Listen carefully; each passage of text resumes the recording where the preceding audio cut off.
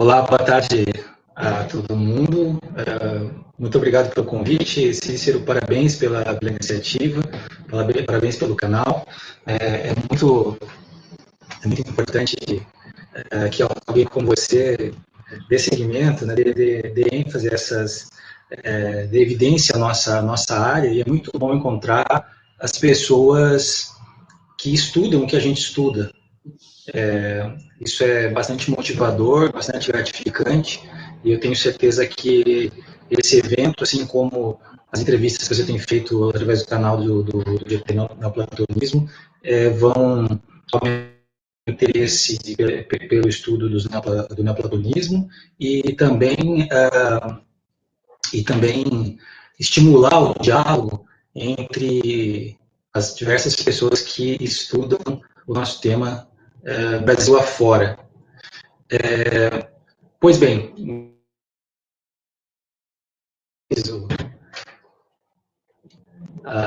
o Cícero me disse que o meu microfone está cortando.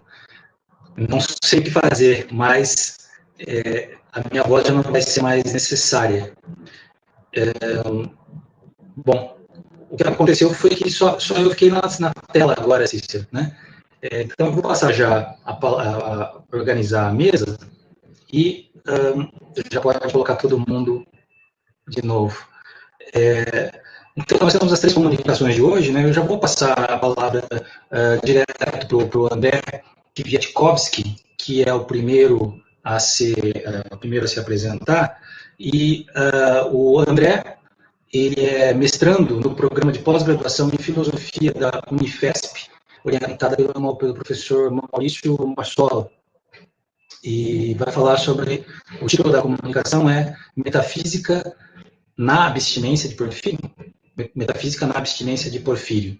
E, então, as comunicações são de 25 minutos, 25 minutos a 30 minutos, e a gente pode deixar o debate para o final. Depois, acho que vocês que estiverem estudando, que estiverem assistindo, podem encaminhar as perguntas através do chat, e o Cícero vai passando, a gente vai vendo, e eu vou passando para os palestrantes na sequência. Se vocês tiverem alguma outra sugestão, me avisem. Se não, então vamos lá, eu passo a palavra já para o André. André, por favor. Bom, obrigado. Começou a chover forte aqui, só espero que não aconteça nenhuma tragédia. Bom, então, em primeiro lugar, eu vou seguir um texto aqui, né? Eu queria agradecer a mesa, o professor Cícero Cunha, o professor Baracá, os colegas da mesa, a organização, saudar também quem estiver assistindo online.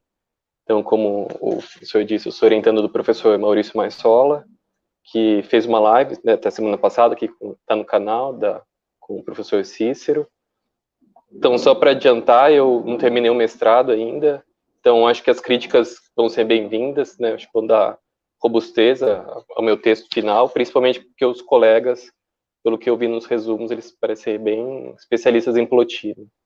Então, né, ou pesquisadores da Enedas, pelo menos.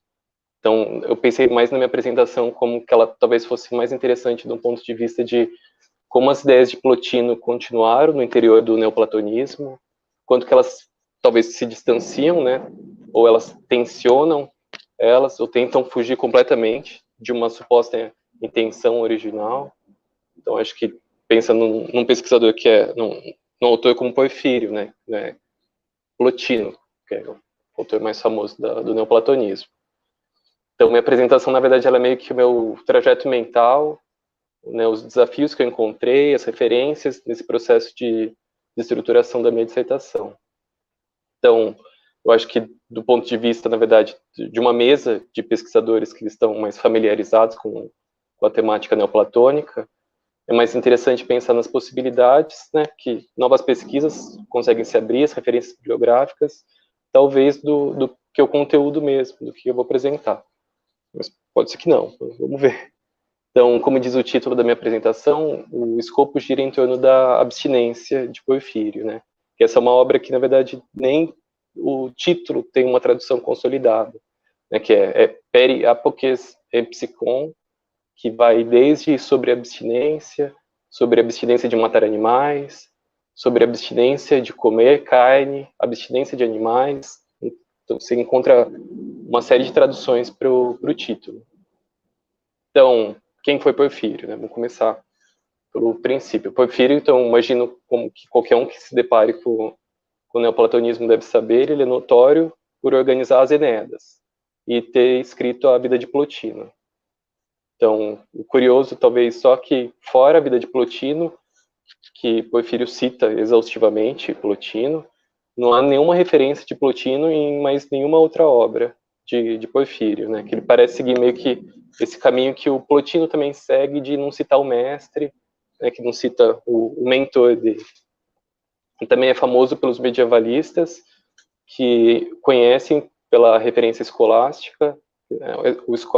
A escolástica conhece Porfírio principalmente por conta do aristotelismo antes de chegar às tradições árabes, né, que ele tem uma introdução às categorias de Aristóteles, ou a Isagoge, que é a obra responsável conhecida pela abertura da querela dos universais. Então, do ponto de vista de comentadores de Porfírio, normalmente eles divergem em relação à sua autonomia filosófica, né? Tem uns que colocam mais próximo de Plotino, como um discípulo fiel, outros alguém como que chega a rivalizar com algumas teses, sendo mais original que alguém que meramente reproduz as teses do mestre, chegando inclusive a entrar em confronto. Na verdade, esse tipo de divergência se encontra desde o passado, já na Antiguidade com Agostinho, que ele comenta sobre Porfírio no livro 10 da Cidade de Deus. Só que lá Agostinho está sendo, né, astuciosamente filósofo. Né? O Porfírio é descrito no trecho como o maior dos platônicos, que é o que eu quero dizer com o Agostinho sendo filósofo, é basicamente que as teses de Porfírio que ele defende, eles estão a serviço, né, do bispo de Hipona, especialmente por conta da compreensão sobre o divino em Porfírio, que ela se adequa às teses dessa patrística nascente, e ele também se pronuncia contra o sacrifício e umas outras práticas pagãs. Então, né, se adequa ao Agostinho. Então, pensando do ponto de vista de quem abordou Porfírio, então, reconhecido de quem a gente está falando, então, antes de apontar o que eu entendo como metafísico e de que se trata a abstinência, eu vou traçar meio que um breve levantamento bibliográfico do que eu acho que são os principais comentadores, especialmente em língua inglesa, de Porfírio, e verificar o que eles discutem, em que se concentram essas discussões, se eles abordam o tema da metafísica ou se eles tratam da abstinência.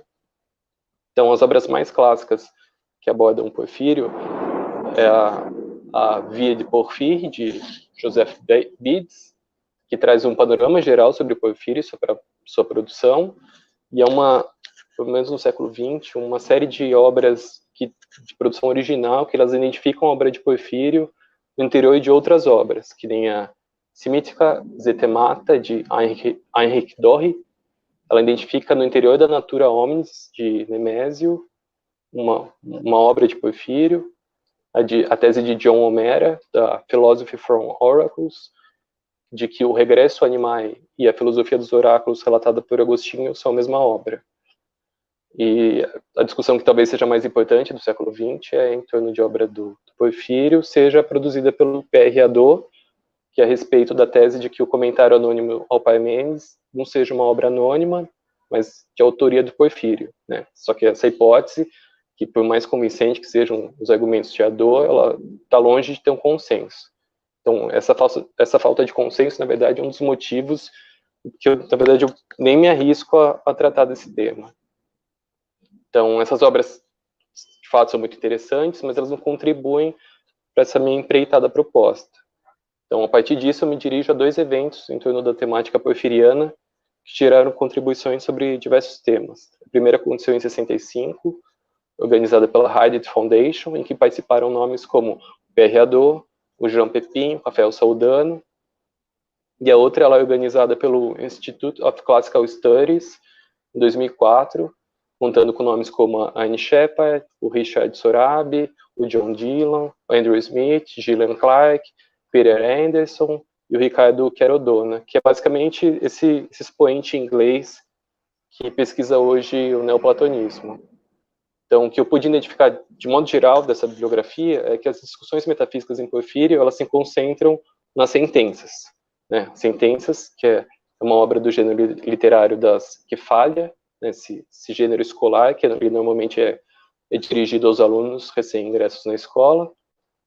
Então, particularmente no caso das Sentenças, ela segue uma forma sistemática do Enqueridon, do Epiteto, né? Elas são um tipo de exposição bastante resumida das Enéadas, apesar de que ela não pode ser considerada como uma introdução à filosofia de Plotino. Então, por tal razão que normalmente quem estuda as Sentenças lê ela paralelamente às Enéadas. Isso fica claro nos 2 artigos cujo título contém expressão metafísica. O Trovão. Porphyry and Plotinus Metaphysics, de Stephen Strange, que realiza uma empreitada, conforme acabei de descrever, né, que traça esse paralelo entre as Enéadas e as Sentenças, e o La Métaphysique de Porphyre, de Pierre Hadot, que traça um panorama geral, mas ela se concentra fundamentalmente nas Sentenças e na sua tese de autoria do Porfírio como autor do comentário anônimo ao Parmênides. Então, o que eu pude levantar nesse levantamento é que as discussões da abstinência, elas não só é uma obra normalmente deixada de lado, como as discussões metafísicas normalmente tende a desconsiderá-la. Acho que uma exceção é um artigo do Brisson, né, do Luc Brisson, que faz parte de uma coletânea que chama Neoplatonic Demons and Angels, que ela é um recorte, né, só que apesar de ela ser um recorte do segundo livro da abstinência, ela é um texto fundamental para compreender a presença de um tipo de demonologia e de um sistema teológico no segundo livro da abstinência.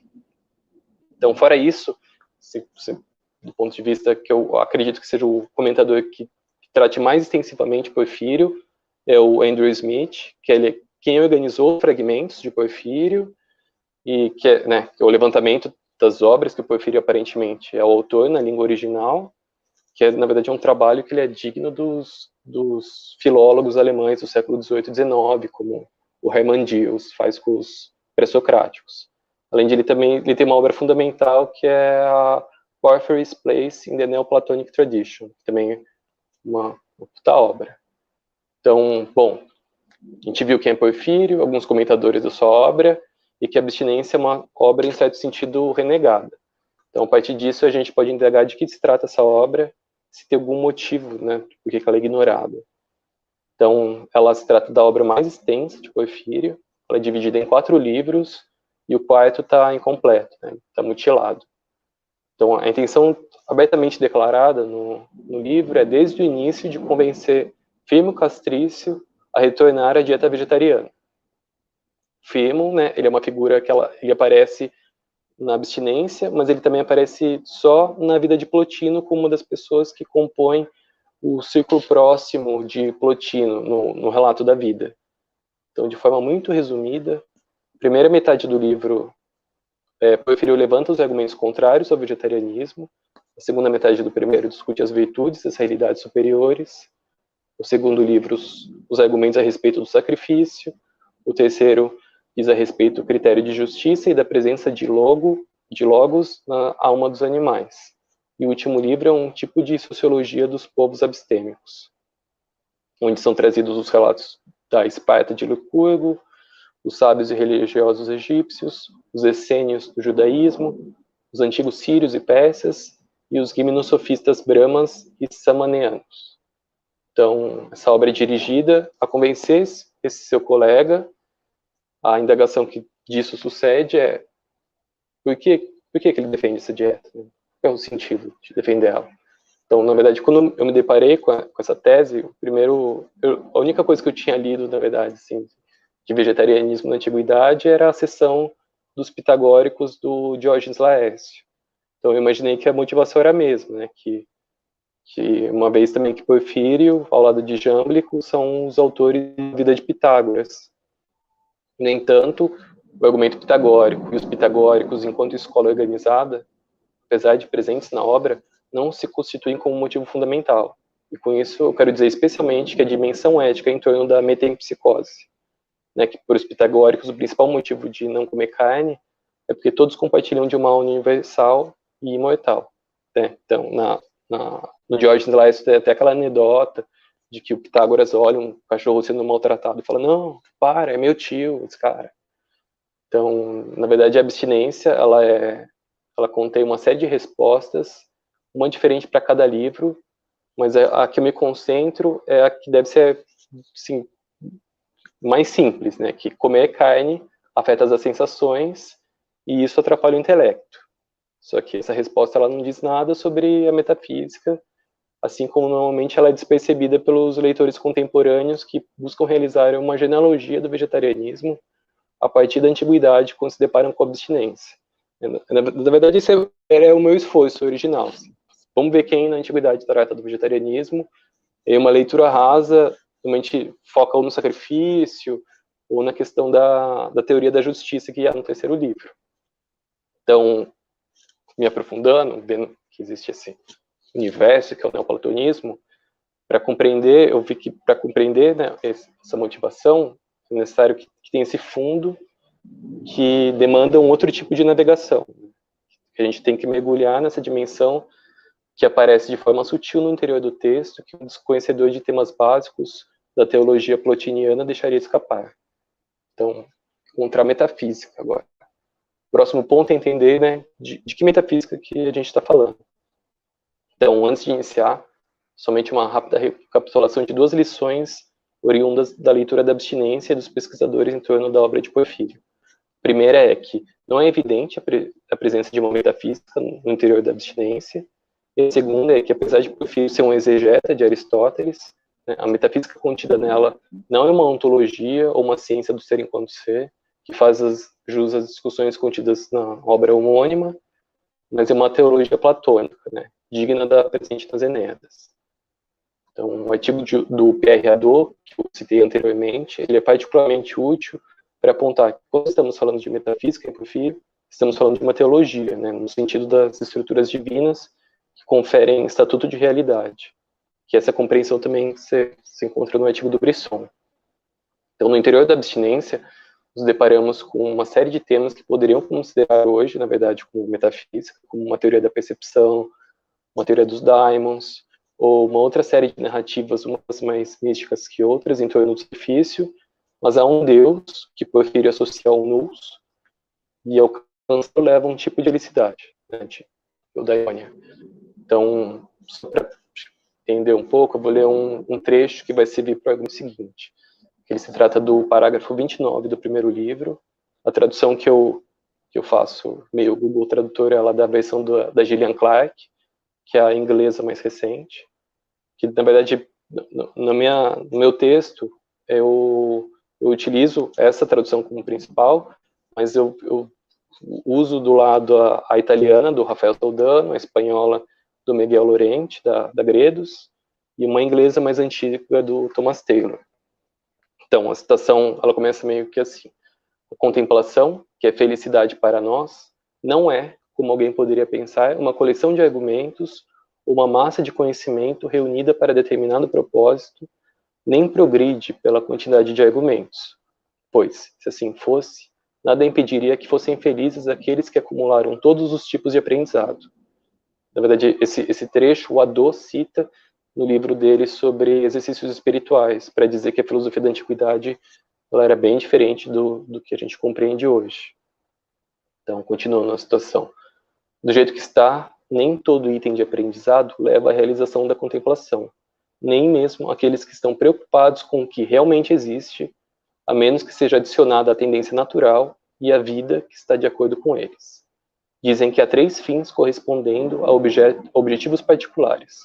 O nosso fim é conseguir a contemplação do que realmente é, e essa conquista realiza na medida em que nossa capacidade permite, por meio da união do contemplador com o contemplado, pois é o retorno para o seu eu real, nada mais.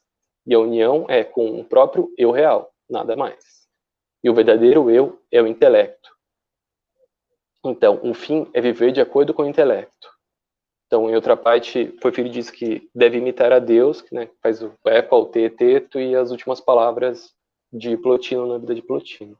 Então, continuando, os argumentos e os aprendizados que advêm do mundo externo também são relevantes para isso, mas seu papel é nos purificar, e não com a felicidade. Assim, se ser feliz fosse definido como apreensão de argumentos, seria possível chegar ao fim desconsiderando alimentos e ações. Mas visto que devemos ser purificados por palavras e ações, e por meio da mudança de nossa vida para outra, devemos considerar quais palavras e quais ações.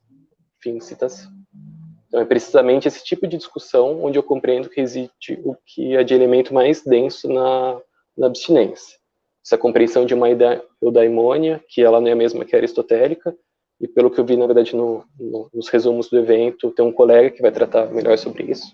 Estou ansioso para ver. Então, ela está associada a uma prática contemplativa de uma união entre contemplador e contemplado, e o verdadeiro eu é o intelecto. Então, nesse trecho aparece um outro elemento que atravessa a obra a respeito das práticas purificatórias. Mais adiante, no parágrafo 33, fica claro que o motivo de se abster de comidas e outras formas que atiçam o sensível na alma ocorre em razão da percepção e as impressões competirem com um tipo de estado puro que a alma deve se encontrar para dirigir a alma hipostática, que é absolutamente pura. Então, minha leitura é de que a purificação é um tipo de dimensão negativa para alcançar esse fim.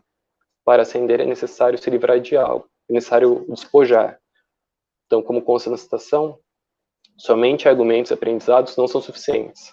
Há um aspecto prático de assumir um tipo de conduta existencial, onde parece residir uma clara herança plotiniana na obra, mas precisamente da exegese de Platão realizada por Plotino, onde é mobilizado conceitos como despojar, purificação, intelecto, alma do mundo. Então, agora que acho que a gente pode começar a falar de uma metafísica na obra, né? Se a felicidade é almejada a partir da união com o divino por via contemplativa, com o suporte de outras ações, então reside umas compreensões de fundo, né? Em primeiro lugar, a dieta ela não é dirigida a todos. Não há uma deontologia na abstinência. A dieta ela é dirigida àqueles que almejam realidades superiores. Porfírio, inclusive, considera aceitável que se consuma carne àqueles que vivam como Hércules, como soldados e lutadores. Mas, precisamente, a dieta é dirigida a este filósofo platônico, dotado de uma descrição que se adequa, pelo menos, ao traço do neoplatonismo herdeiro do médio-platonismo, né? Platônico, pois, Porfírio dialoga com as demais escolas, né? Metade do primeiro livro dos argumentos contrários é epicurista e estoico, só que ele não tem um intuito de convertê-los do ponto de vista de uma doutrina. Então, no entanto, a descrição desse filósofo, né, ela é um pouco estranha. Porfírio, esse filósofo é um sacerdote, mas ele não é um sacerdote qualquer, ele se diferencia dos demais membros do clero em relação ao Deus que é venerado. E que esse Deus é o Deus que governa tudo, que está acima de tudo, é o primeiro Deus, né? Que é esse uso dessa gramática teológica para se referir à estrutura triádica das hipóteses. Também presume uma teoria da percepção. Nesse contexto, pelo que o Andrew Smith diz, não é a primeira vez que o Porfírio está mobilizando uma terminologia técnica estoica no interior do platonismo. A teoria da alma ela é dotada de sensações e impressões. Mas a forma como a alma aprende as impressões se baseia na compreensão estoica. Porém, a disposição que o filósofo tem perante a psicologia é própria do platonismo, né? Ou seja, apesar do modo como a alma aprende a realidade, retém as sensações, ela segue uma descrição estoica, né? Ela é dotada de aesthesis, fantasia, fantasma, etc. A imagem que Porfírio utiliza é das correntes e da carruagem do Fedro. Então, a questão não é como a alma aprende as sensações, mas o que você faz com elas. Então, a parte racional da alma, ela deve controlar os humores. Então, caso contrário, ela segue desgovernada em direção oposta a esse fim superior. Mas Porfírio se distancia, inclusive, do socratismo, pois ele tem uma leitura própria a respeito da academia, de que ela era isolada da cidade, justamente pelo motivo que os pitagóricos e os sábios viviam em lugares desertos, né? Que é para evitar as perturbações da vida urbana e poder meditar em silêncio. Então, enquanto as imagens das correntes, por sua vez, compreende que as paixões e as sensações tornam mais rígidas as correntes que prendem a alma ao mundano. Por tal razão que tudo que é sensível deve ser evitado ao máximo, que a capacidade humana foi capaz de evitar. Porfírio, inclusive, que seria ideal conviver sem se alimentar, assim como os deuses não demandam nada que advém do mundano. Imitar a Deus seria se tornar este ser puro de qualquer forma de desejo sensível.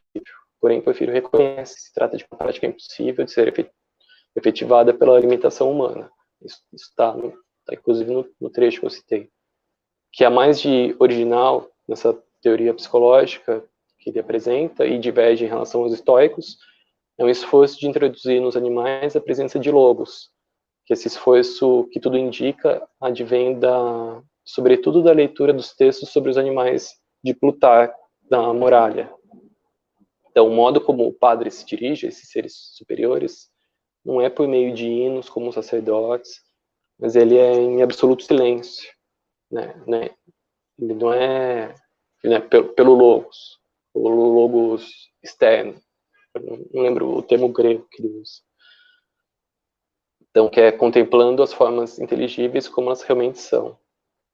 Então, na citação, quando ele fala o que realmente é, o que realmente existe, o eu real, né, da citação anterior, elas expressam o aspecto ontológico da efetivação da contemplação em direção às formas inteligíveis. Só que, enfim, encerrando, Porfírio está longe de se configurar como os intolerantes cristãos da antiguidade tardia que proibiam práticas e destruíram templos e bibliotecas. A cosmologia porfiriana aceita a existência de outras divindades, inclusive se faz dos argumentos de Teofrasto a respeito da forma como os antigos deuses eram venerados exclusivamente por meio do sacrifício de objetos inanimados, como colheitas, incenso, entre outros. Essa divindade que é distinta do primeiro deus incorpóreo, não movente, é indivisível, não contém nada, nem se limita por si, não precisa de nada externo. Então aqui eu trago novamente a referência do artigo do Brisson para compreender como essas divindades inferiores elas eram compatíveis com esse Deus que governa tudo, que inclusive tem nessa cosmologia os daimons malignos e benignos, deuses invisíveis, deuses visíveis. Então, no parágrafo 61 do segundo livro, Porfírio diz que melhor a ser ofertado aos deuses é o intelecto puro e uma alma não afetada pela paixão. Também é apropriado fazer ofertas moderadas de outras coisas, não causalmente, mas com total comprometimento. É isso que Platão diz, aí ele cita um trecho das leis. É certo para um homem bom se sacrificar e estar sempre em conversação com os deuses por meio de orações e dedicatórias e sacrifícios, e todas as formas de adoração. Mas para um homem mau, o grande esforço sobre os deuses é em vão. Depois que ele termina essa citação, ele continua. O bom homem sabe o que deve ser sacrificado, o que deve se abster, o que deve ser consumido e que ofertas devem ser feitas. O homem mau, trazendo aos homens, aos deuses, honras adequadas à sua própria disposição e ao que ele deseja, age impiedosamente em vez de piedosamente. Então, em um dos pontos, há um tipo de disposição própria ao filósofo, né, que é um tipo de teoria da percepção, que compreende que as sensações competem com as faculdades intelectuais, uma realidade superior divina, e um fim, né, um objetivo que guia esse filósofo e confere a um tipo de propósito a ser seguido. Né? Na verdade, eu acho que essa compreensão do corpóreo, né, essa compreensão negativa, que se distancia do uno, que é visto como mal, pelo que eu vi também, acho que é o tema da última apresentação da mesa, que também parece ser interessante. Então, para fazer um fechamento, a pergunta que emerge é: o que é essa metafísica, né, na obra de Porfírio? A resposta à pergunta do motivo da dieta, encontramos a solução.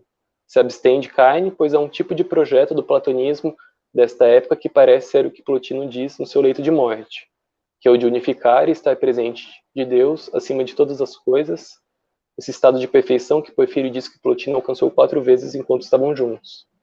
Então, o primeiro elemento, que é o mais denso, se não for uma direta referência, é uma indiscutível herança de Plotino. É difícil afirmar com certeza quase tudo na antiguidade, né? Mas a dificuldade reside porque não é o objetivo dessa obra que Porfírio se aprofunde nessas questões. Isso talvez seja claro, pois o público-alvo de Porfírio é alguém que supostamente é pelo menos iniciado na doutrina de Plotino, que faz parte de seu círculo próximo, de modo que não faria sentido reintroduzir as teses do mestre, por tal razão que se mostra fundamental compreender a quem se dirige a obra, e por tal razão que, para ser até metafísica, é necessário notar nas sutilezas dos argumentos que aparentemente estão soltos no texto. Então, se por um lado há esse projeto a ser seguido em direção a Deus, de outro há crenças no poder contemplativo, ou compreensão das faculdades da alma e seus atributos que devem ser despojados, e a compreensão de um estado puro de ser, que é que se configurou como um elemento crítico da obra, né? Crítico porque elas são a condição de possibilidade de efetivação desse projeto de libertação do mundo, né? De reunir-se com o divino, de uma união estática transcendente. Então, não basta um estudo das matérias divinas. É necessário uma dimensão performática, que se assume uma outra forma de vida, que é a bios theoreticos, né, ou a vida contemplativa, em latim.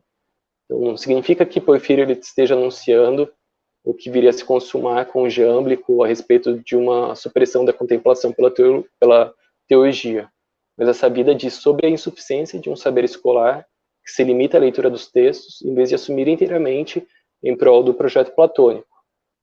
Esse tipo de vida que os povos descritos no último livro segue, uma que assume perfeitamente a descrição de Hadot, da filosofia como exercício espiritual, da qual Porfírio é um principal expoente, talvez. Então parece ser uma resposta ao problema que ele sopra, né, pelo Plotino, que demandou de Porfírio, pelo menos nessa obra, que revela uma transformação espiritual, né, no sentido utilizado pelo Hadot, de que não será diferente pelos platônicos posteriores, né, que demandam ter que lidar com as limitações deixadas pelo Plotino, só que, né, cada um ele tem solução distinta às questões supostamente que não foram respondidas. É isso. Obrigado. Muito bem, obrigado, André. Bastante interessante.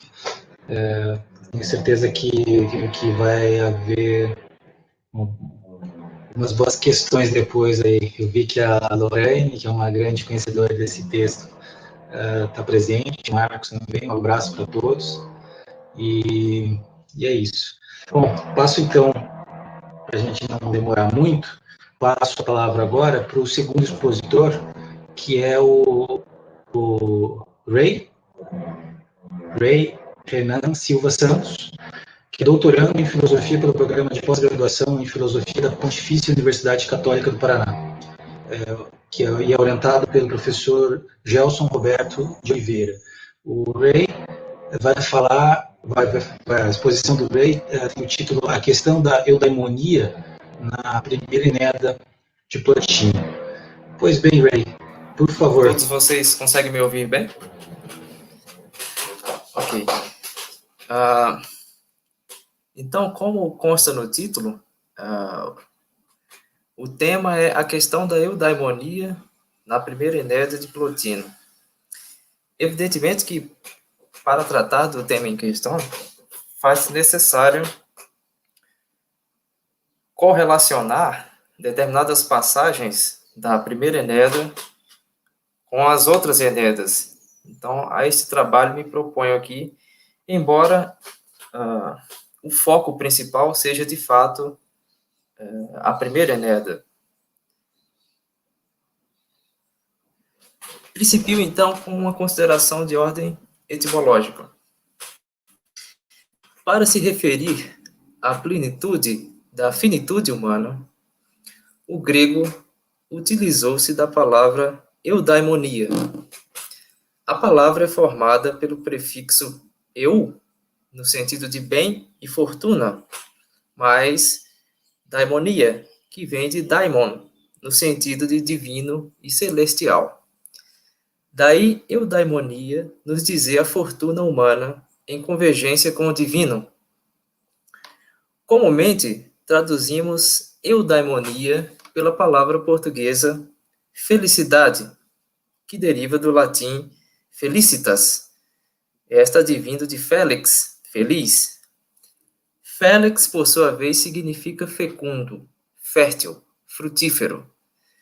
A eudaimonia é, sim, uma fecundidade, uma abundância, um estar pleno da própria gênese, isto é, do divino. Contudo, a felicitas parece não alcançar a amplitude do sentido de eudaimonia, que em sua raiz já nos diz o elo da fortuna eu, humana, com o divino, daimon. Assim, a palavra eudaimonia abarca o que seria a felicitas, mas o contrário não ocorre. Estas considerações prévias acerca do étimo da palavra nos são oportunas, mas não suficientes.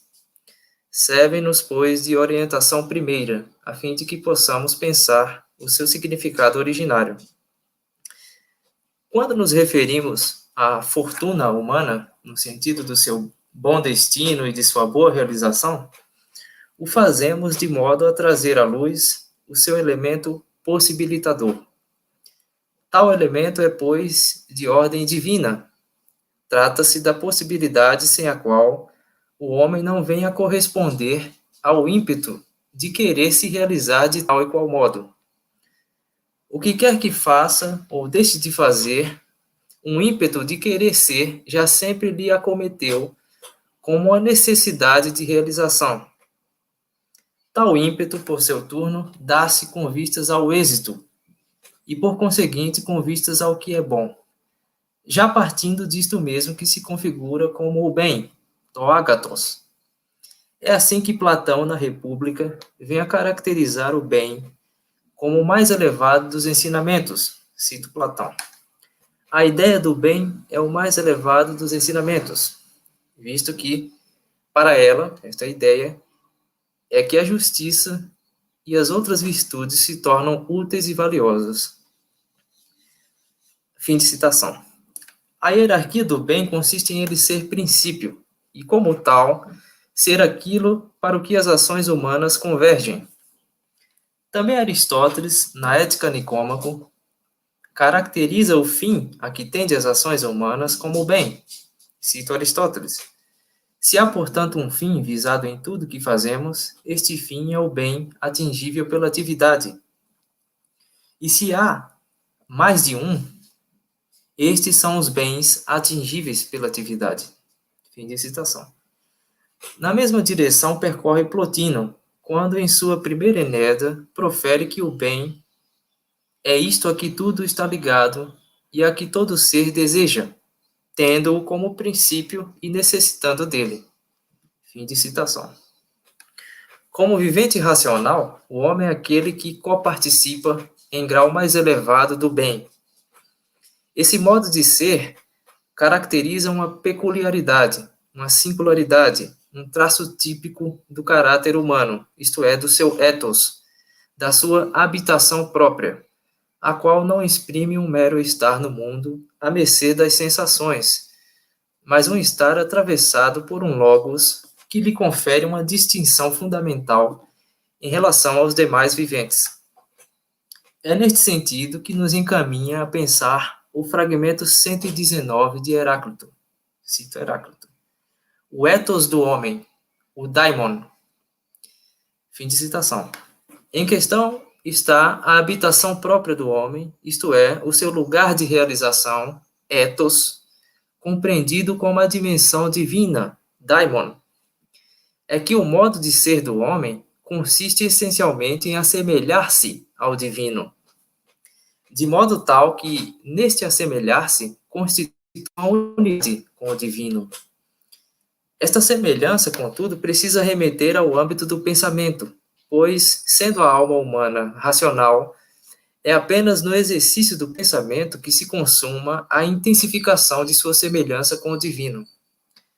Daí Plotino vira nos dizer que, quanto mais um ser participa da forma, mais ele se torna semelhante ao ser divino, que é sem forma.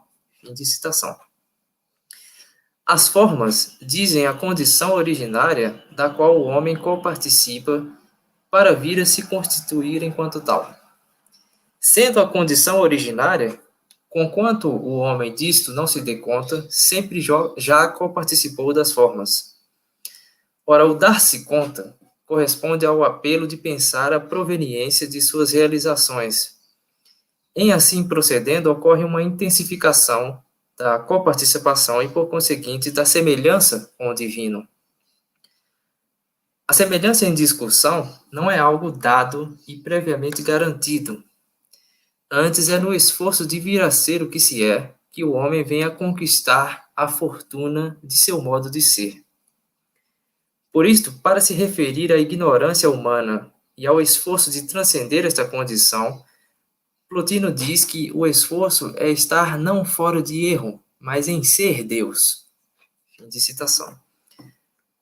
Poder-se-ia pressupor que a passagem está a incorrer em uma espécie de híbris, na qual o homem, de maneira presunçosa, rebelar-se-ia contra sua própria condição finita e assim almejaria ser divino. Ocorre, porém, que a passagem fala do esforço, spolder, o qual não pode ser compreendido senão mediante a sua natureza circular, isto é, de constante retomada de si, com vistas à intensificação da semelhança. Isto vem a ser corroborado logo a seguir, quando ao se referir a Deus e a possibilidade de a ele nos assemelharmos, Plotino diz o seguinte: vindo, porém, aqui, ele está em nossa inteligência e a fará mais semelhante a si mesmo, tanto quanto ela pode aí ser semelhante. Fim de citação. Ademais, é-nos pertinente recordar o direcionamento que nos dá Plotino no Tratado 2 de sua segunda Enéida, que trata do movimento circular da alma. Já ao início do tratado em questão, deparamo-nos com as seguintes palavras: por que algo se move em círculo? Porque imita a inteligência. Fim de citação. O mover-se em círculo, kyklos, quando referido à alma, não exprime um deslocamento de lugar. Antes evoca o centro, kentron, em torno do qual a alma se move. Centro este que diz o nous universal. À medida que a alma imita o nous, consuma-se a plenitude de sua semelhança com o próprio nous. No interior desta discussão, poder-se-ia perguntar o que ela tem a ver com o tema da eudaimonia. A eudaimonia consiste na plenitude da finitude humana consumada no conhecimento e, por conseguinte, no esforço circular em que a alma se envolve. O homem, assim, vem a se constituir como feliz somente à medida que se dirige circular e mimeticamente ao centro primordial do nous.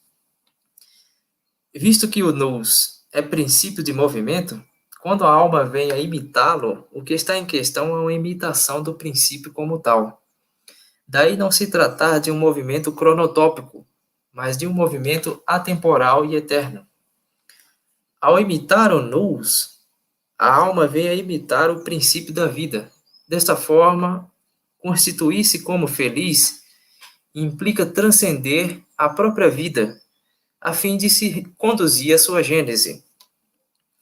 Esta radical caracterização da felicidade é enunciada por Plotino mediante as seguintes palavras: donde penso que aqueles que dizem que a felicidade está na vida racional e que, portanto, não a colocam na vida em geral, pressupõem que nem o estar feliz é a vida.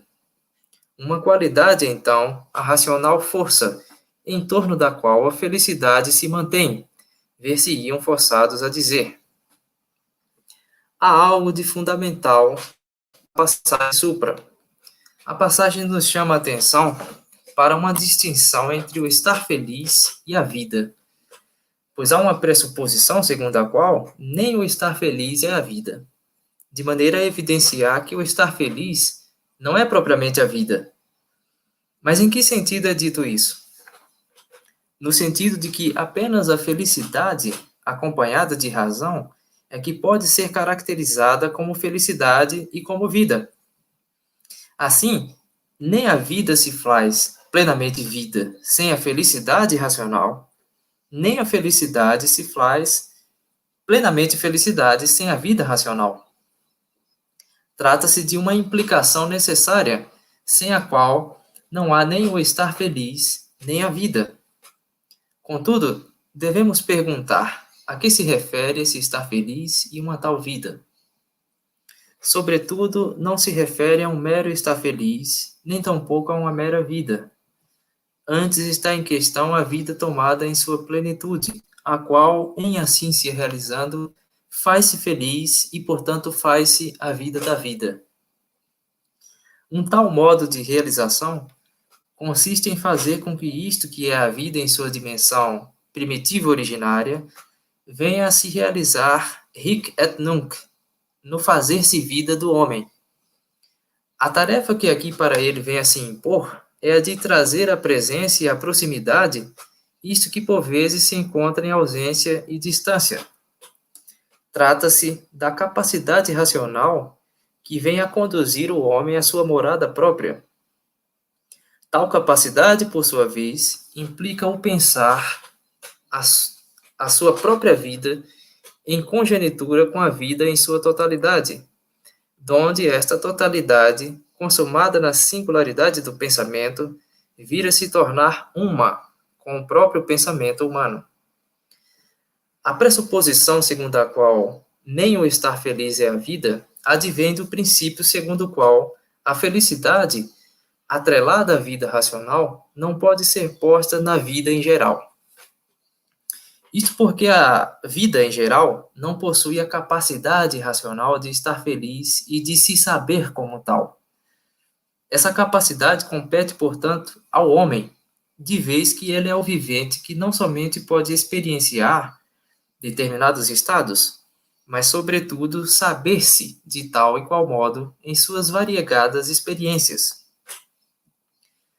A passagem nos fala ainda de uma racional força em torno da qual a felicidade se mantém. Esta racional força faz referência ao movimento circular, a partir do qual a alma se auto-intensifica. Ora, o auto-intensificar-se da alma consiste em consumar o logos que lhe é intrínseco. Mas esta consumação expressa sempre um processo e não um estado fixo e acabado. Isto nos revela a natureza ilimitada da alma em correspondência com o princípio ilimitado de que ela provém. É o sentido das palavras de Heráclito em seu fragmento 45. Não encontrarias os limites da alma, mesmo todo o caminho percorrendo. Tão profundo logos possui. Fim de citação. O homem só pode se auto-intensificar e se tornar pleno à medida que transcende os seus próprios limites.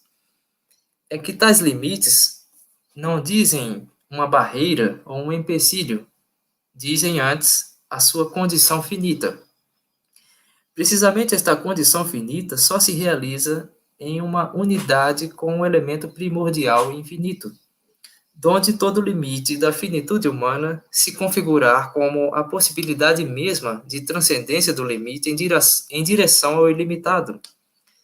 Assim, ao cultivar a capacidade dinamis racional com vistas à realização e à atividade energeia, o homem vem a se manter e com isto vem a manter a felicidade em torno de uma tal dinâmica.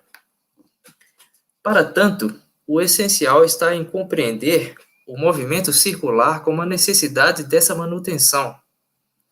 Nessa direção, e com grande vigor de palavras, é que Aristóteles, em sua Ética Nicômaco, profere o seguinte: mas devemos acrescentar que tal exercício ativo deve estender-se por toda a vida. Uma linha não faz verão, nem o faz um dia quente. Da mesma forma, um dia só, ou um curto lapso de tempo, não faz um homem bem-aventurado e feliz. Fim de citação. A felicidade está, assim, no constante empenho de retomada do mesmo em sua diferença. Retoma-se o mesmo princípio e, à medida que ele é retomado, o logos humano vem a ser intensificado, porquanto o revelar-se do princípio se dá sempre de modo inaugural. Ao nos referirmos à felicidade atrelada à força racional que há no homem, convém identificar tal força em correspondência com a alma. Assim como o corpo está para o âmbito sensível, a alma está para o âmbito inteligível. As coisas em direção às quais o logos se dirige só podem ser apreendidas quando de um empenho por transcender a esfera epigonal e ordinária, com vistas à esfera primordial e extraordinária. Por isto, sobre a razão, diz-nos Plotino que, ao contrário de se identificar com os objetos dos desejos corpóreos, cito Plotino, ela não é absolutamente desse gênero de coisas, mas é bem superior a todas elas. Fim de citação. As palavras de Plotino estão em conformidade com as de Aristóteles, quando diz que a excelência humana significa, dizemos nós, a excelência não do corpo, mas da alma. E também dizemos que a felicidade é uma atividade da alma. Fim de citação. Cumpre ao homem, portanto, esforçar-se para não se apequenar com a imediatez do âmbito sensível e assim vir a exercer o pensamento. Noesis, que pensa o inteligível, to noeton. Nessa direção, lemos Plotino dizer o seguinte: um homem possui a vida plena quando possui não apenas a sensitiva, mas também o raciocínio e a inteligência verdadeira. Fim de citação. O raciocínio e a inteligência verdadeira remetem ao ato energeia e, portanto, à circularidade necessária à manutenção do ato em questão. Daí a advertência de Plotino, segundo a qual, cito Plotino, a felicidade, porém, está naquele homem que possui em ato essa vida, aquele que tem passado nela até o ponto de identificar-se com ela. Fim de citação. A que espécie de identificação, porém, a passagem alude? Em discussão está a vida racional tomada em sua realização plena, levada às suas últimas consequências. Necessário é, então, identificar-se com esta vida em ato, em constante ato, a fim de que ela venha a circular em torno do centro primordial e, com isto, preservar-se como tal. É na constante retomada deste modo de viver que se constitui e se preserva a felicidade. Compreendida assim, a felicidade só caberá àquele vivente em que nada falta e tudo contém. Cito Plotino. Se se considera, porém, o ser vivente em seu grau superior, o ser ao qual não falta um ponto do viver, é a ele só que caberia a felicidade real, pois a ele cabe o mais excelente, se nos que existem o mais excelente é o viver realmente e viver a vida plena. Fim de citação. Em que consiste, todavia, esta vida plena? Re teleios zoe. Consiste na vida que atinge o seu fim, telos, no sentido de cumprir aquilo que lhe cabe em conformidade com as suas próprias possibilidades. Tais possibilidades só poderão se evidenciar como tais à medida que o homem venha consumá-las em uma atividade necessária de seu modo de se constituir e de viver. Vimos que a felicidade se mantém em torno de uma racional força. Manter-se em torno dessa força, contudo, requer a sua própria atualidade, isto é, a sua realização, sem a qual o homem não vem a conquistar a vida plena. A plenitude de sua vida consistirá na retomada da racional força. Conforme tal força é retomada, vem a ser também intensificada, de maneira a permitir ao homem a constituição de um caráter implacável. As desfortunas que lhe sobrevierem não serão, assim, um óbice para a sua felicidade. Antes deverão até mesmo compô-la, já que o homem, imerso que está no plano terrestre, não pode se furtar aos seus acontecimentos. Acerca desta condição vigorosa de tal homem e da felicidade que lhe compete, Plotino nos diz que, cito Plotino, nem em adversidades que se apresentam lhe será diminuída a vida feliz, pois permanece também neste caso a tal vida. Fim de citação. Como pode, porém, a vida feliz não ser diminuída com o advento de desfortunas? Em um primeiro momento, a formulação em... Ray, deixa eu só te interromper um minuto. 30 minutos, tá? Tenta dar uma Ok. resumida.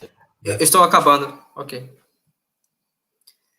Em um primeiro momento, a formulação em assunto pode vir a nos soar assaz estranha. Esta estranheza se deve a uma incompreensão da distinção de dois âmbitos, o âmbito racional e o âmbito irracional. Se a felicidade só pode se manter em torno do âmbito racional, as desfortunas que nos acometem e vêm a nos agitar emocionalmente coincidem com o âmbito irracional.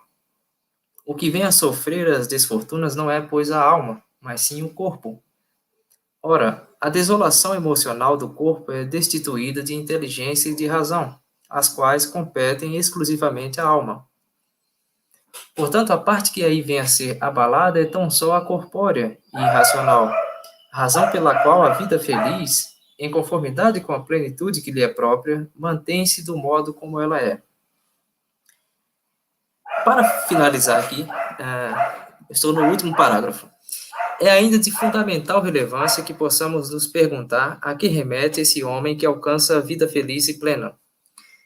Convém recordar que, no modo como se dispõem os tratados da primeira Enéida, o tratado 4, da felicidade, é precedido pelo tratado 3, da dialética. Ora, o dialético se confunde aqui com o filósofo, visto que a dialética é concebida por Plotino como a parte preciosa da filosofia.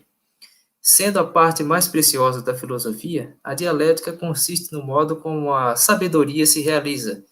Por isto, ao se referir a uma existência sem dialética e sabedoria, Plotino a coloca em um patamar inferior e a caracteriza como imperfeita e defeituosa.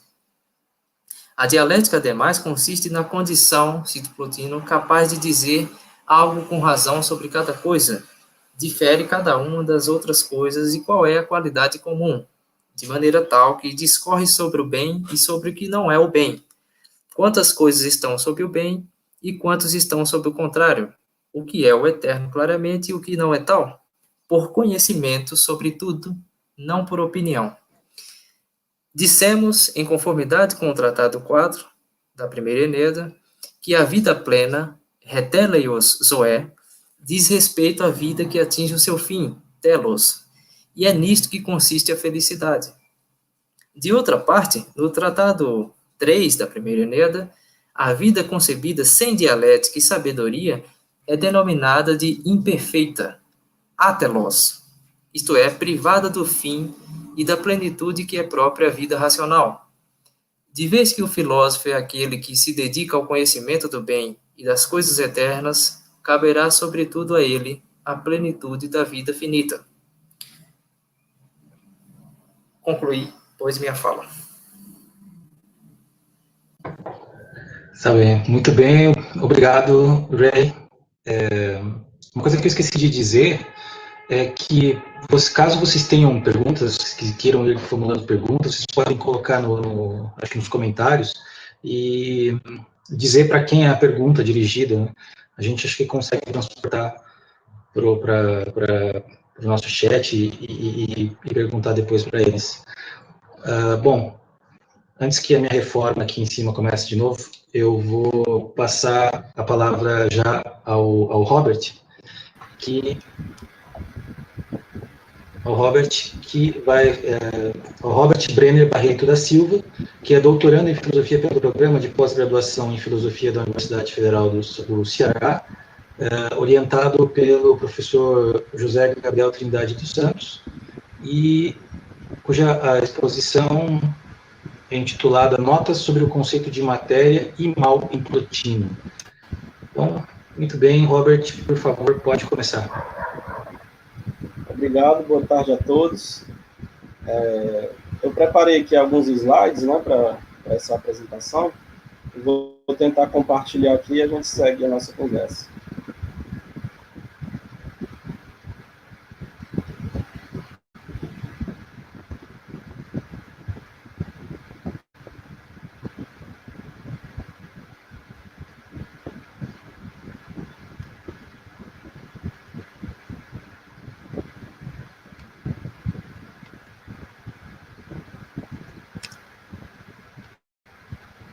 Tudo ok com a visualização?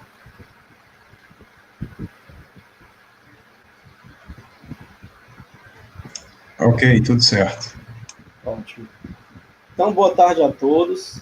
É um prazer poder estar aqui participando desse evento, né? Quero primeiro parabenizar o professor Cícero, né? Pela organização desse momento que é muito importante, né? Porque cria um canal de diálogo, né? Para que nós, estudantes, pesquisadores, venhamos a amadurecer, né? Nossas pesquisas sobre o neoplatonismo, né?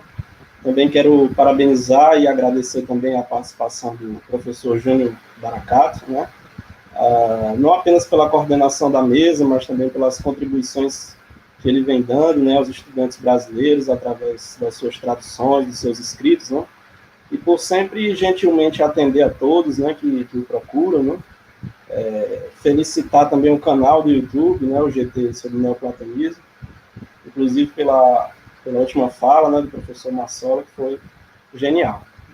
Então, gente, eu sou Robert Brenner, né, como o professor já me introduziu, em curso de doutorado em filosofia, no programa de pós-graduação em filosofia da Universidade Federal do Ceará.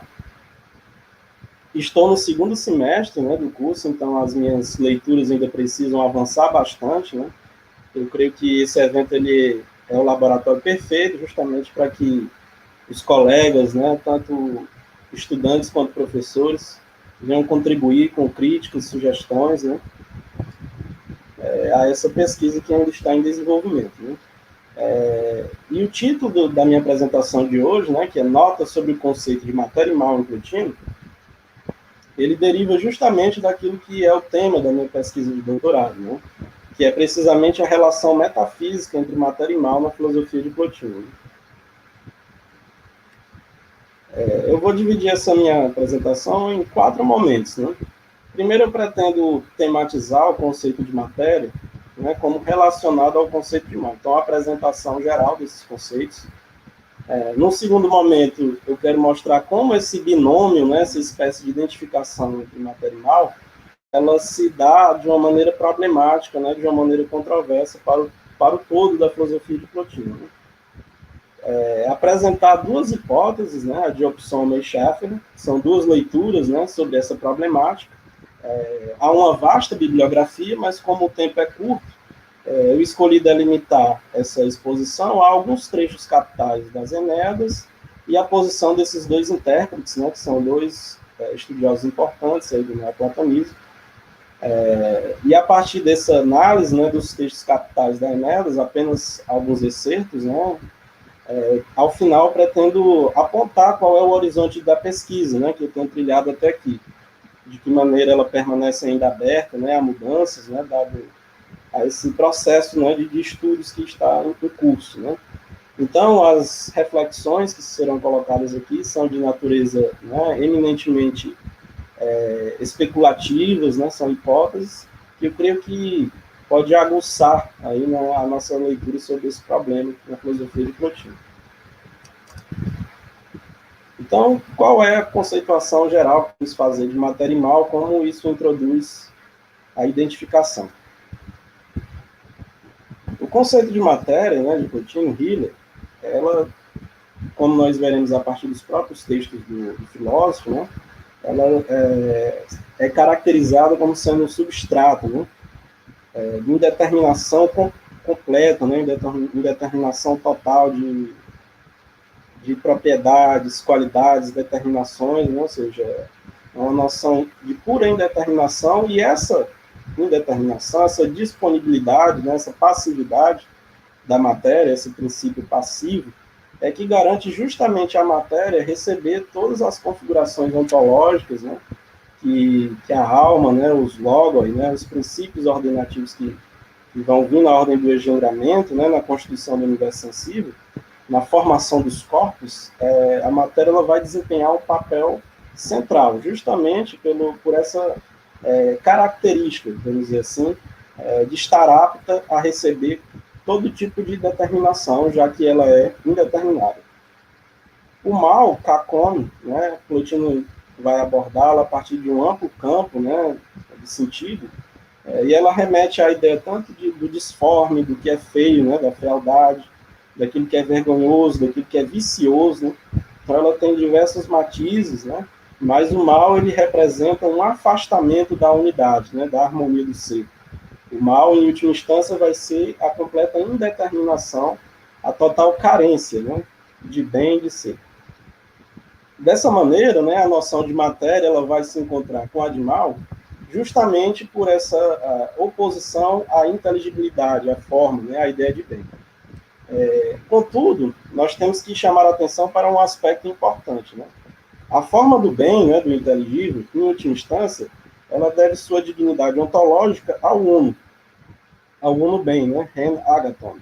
Porque, como sabemos, né, esse é o princípio fundamental da filosofia de Plotino, a partir de que tudo mais deriva, né, e depende, inclusive na exposição do professor Marsola, né, no GT, foi bastante interessante a apresentação que ele fez, dando ênfase, né, à crítica de Plotino aos gnósticos, né, no que toca à questão do dualismo.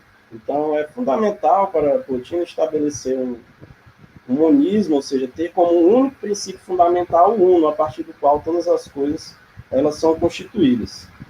Inclusive, como tudo provém do uno nessa ordem de processão, nesse transbordamento, né, do uno, tudo que possuir algum tipo de ligação com a processão do uno tem que ser considerado positivo, vamos dizer assim.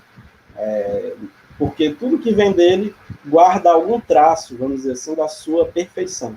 Nós veremos também isso adiante. Então, é muito importante compreender que o fundamento da própria ideia de bem, que aparece no campo do inteligível, que se desdobrará pela alma, tem, em última instância, sua ligação com o uno.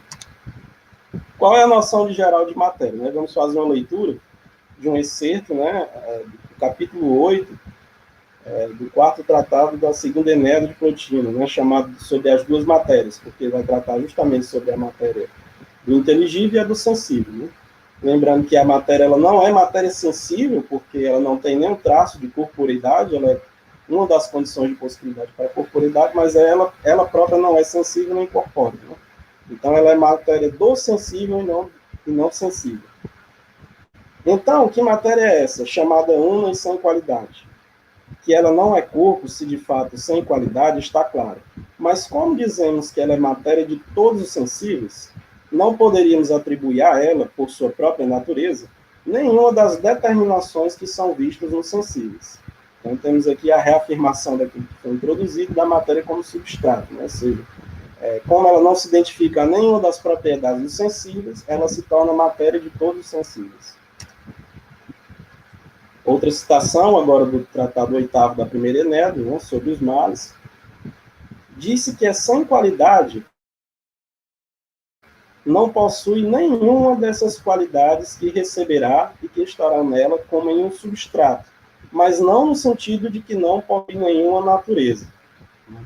Então, aqui, Plotino, no interior de uma reflexão bastante crítica, né, em relação à matéria, não deixa de atribuir a ela uma natureza, ou seja, um papel dentro de sua filosofia que é justamente essa de, por não ter qualidades, admitir toda sorte de qualidades que irão aparecer sensíveis.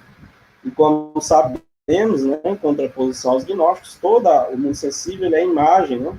Ele é reflexo da ordem inteligível, né, do arquétipo, e, portanto, é bela, tem ao seu modo, né, e cumpre com perfeição a sua natureza.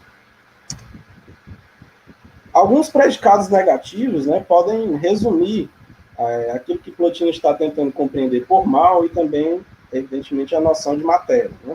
No capítulo 3, do referido ao 8º tratado, nós podemos ver alguns como sem medida, sem limites, sem forma, indefinida, sempre instável e totalmente pobre. Né? Alguns predicados negativos que são, em primeira instância, né, referidos ao mal, mas que, evidentemente, possuem associação com a caracterização do conceito de matéria. Então, como é que Plotino vai chegar à identificação entre matéria e mal? Porque no 8º tratado, se nós fôssemos fazer uma leitura corrida, né, Plotino inicia indagando qual vai ser o método de investigação que ele vai utilizar para compreender o mal. Né? Então, ele começa falando propriamente do mal. E ali ele vai cogitar a questão da ciência dos contrários, ou nós poderíamos chamar de a lógica dos contrários. Né? Ou seja, se existe o bem, deveria existir o mal. Né? Se existe o primeiro, deveria existir o último. Né? Ele faz um jogo aí, né? Tentando, através dos contrários, pensar um caminho para compreender o mal. A epistemologia fundamental, ela parte do semelhante, né? E ele cita disso, né? De que o semelhante conhece o semelhante. Ele elenca essa metodologia que é fundamental, por exemplo, no domínio do intelecto e mesmo da alma, mas no que concerne ao mal, ele vai seguir a trilha da lógica dos contrários, né, da ciência dos contrários. O que também, né, que não vai ser tratado aqui por mim, mas constitui um problema, né, que é também reconhecido pelo próprio Plotino, e que ele vai indagar, ora, como é possível haver um contrário da essência, né? Ou pior ainda, como haver um contrário do para além da essência, né? O uno, enquanto tal, ele não admite nenhum tipo de comparativo, né? Se nós fôssemos colocar assim, né? Do ponto de vista ontológico também. Então é importante nós percebermos o caráter controverso, né, do oitavo tratado.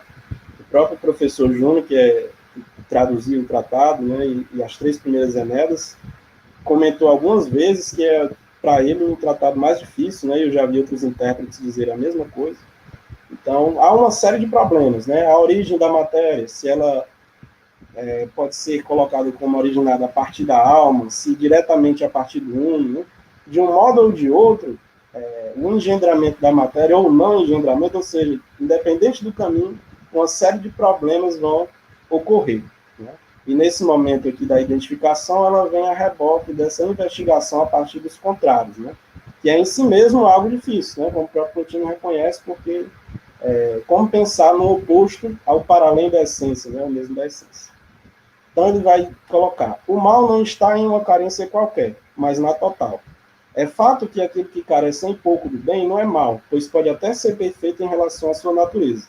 Mas quando carece totalmente, precisamente o que é a matéria, isso é o mal real que não tem parte alguma no bem.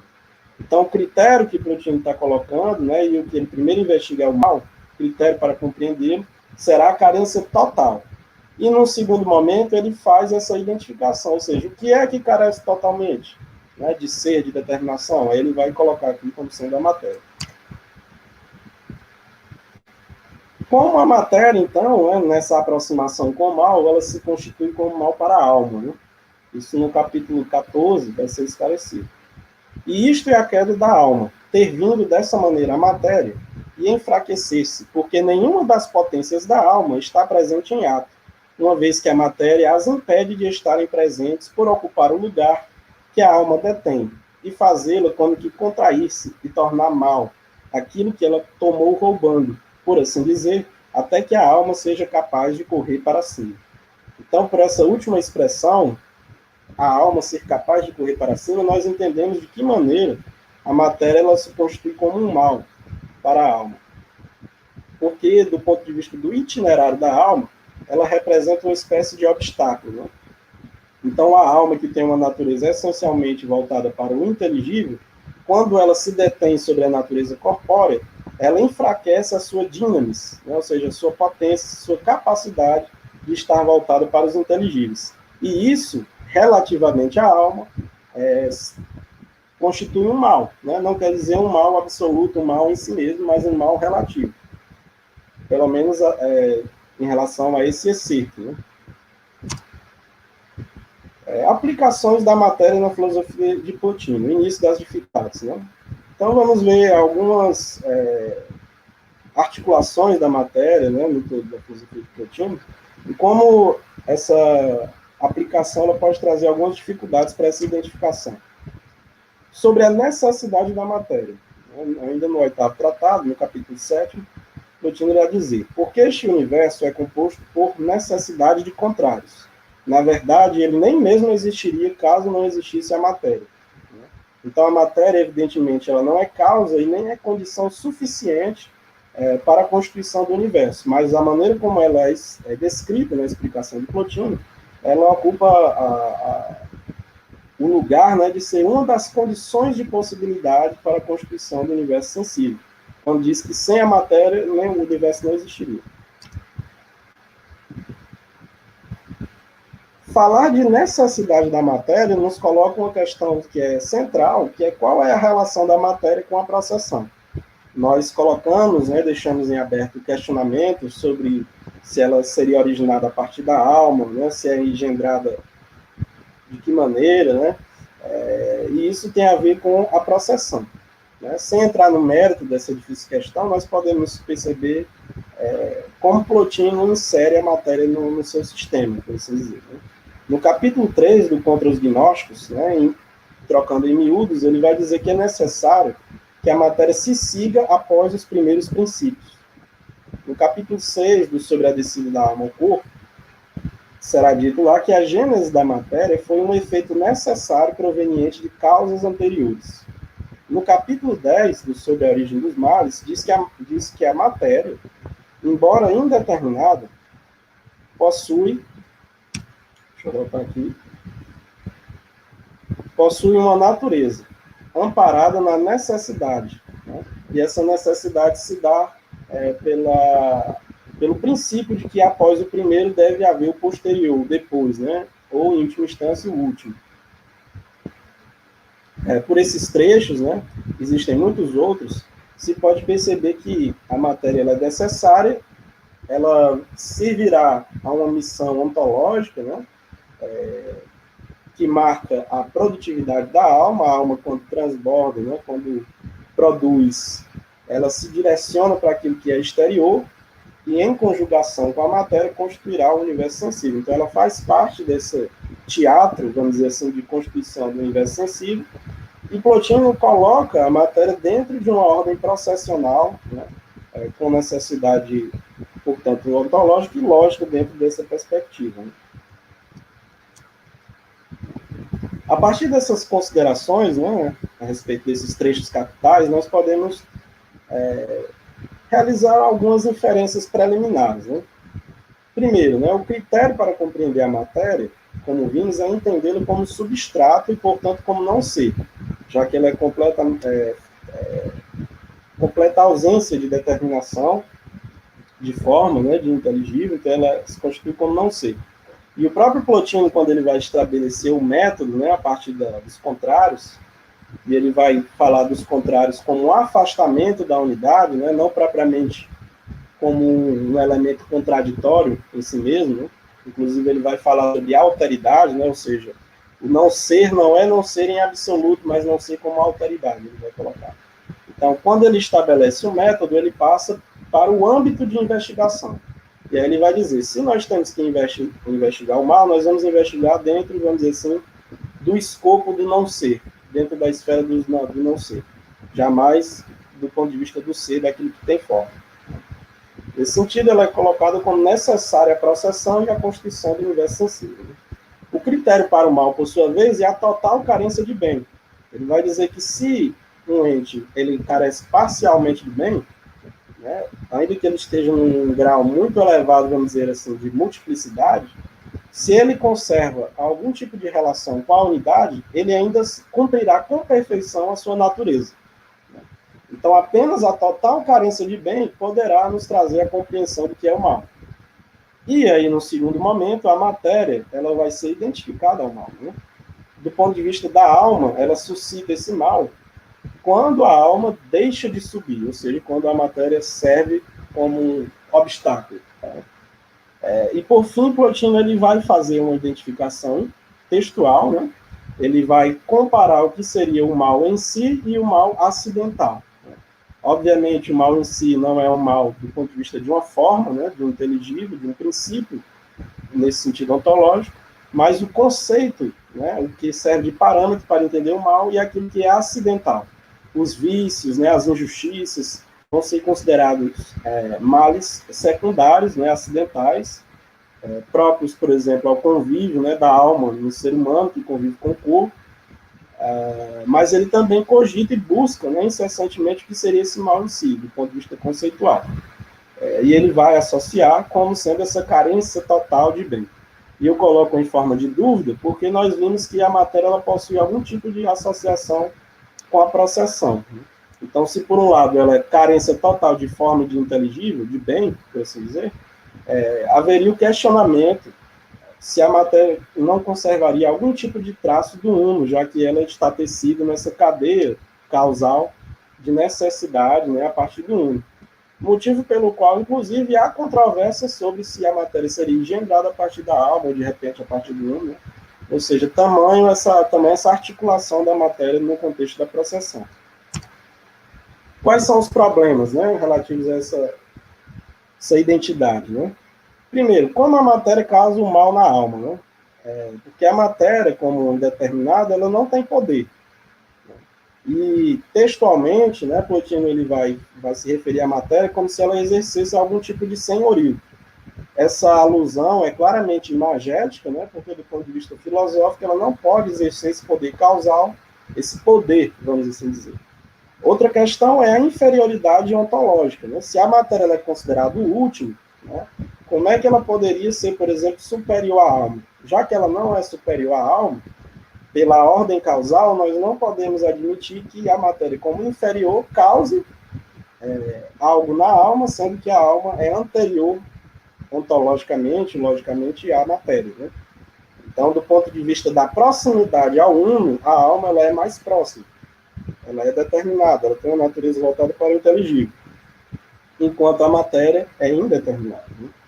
E outra questão envolve a impassibilidade da alma, ou seja, a alma em si mesma é impassível. Ela não sofre nenhum tipo de alteração substancial em seu ser ao se voltar para o exterior, que seria o processo de constituição do universo sensível. E, na realidade, isso não é de modo nenhum negativo, né? Isso é uma virtude, ela amplia, faz parte da produtividade da alma, né? A constituição do universo sensível. Esse processo ele é negativado de uma certa maneira relativamente ao inteligível, que é mais elevado. Então, à luz de uma hierarquia, sim. Mas, em si mesmo, esse projeto ele é valoroso e admirável, né? O segundo ponto. Como a matéria pode ser necessária se ela não possui qualidades para emprestar ao cosmos? É algo que fica estranho também à luz da exposição do Plotino. O terceiro e mais grave problema, que retoma de uma certa maneira que temos conversado, é se a matéria, né, como ela é um não ser, ela, portanto, não é um nada. Ela existe e é necessária, como vimos, né? Por existir e ser necessária, ela não estaria associada à emanação proveniente do uno.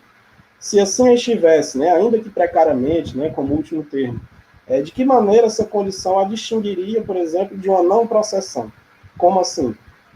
Ainda que como último termo, né, Yomer, Adorno, acho que outros autores fazem menção a essa ideia de um fluxo contínuo a partir do uno, né, como uma série, ainda que como último, é um último termo, né? Então, como seria possível distinguir um último termo de um não termo, ou seja, aquilo que não pertence à ordem processional?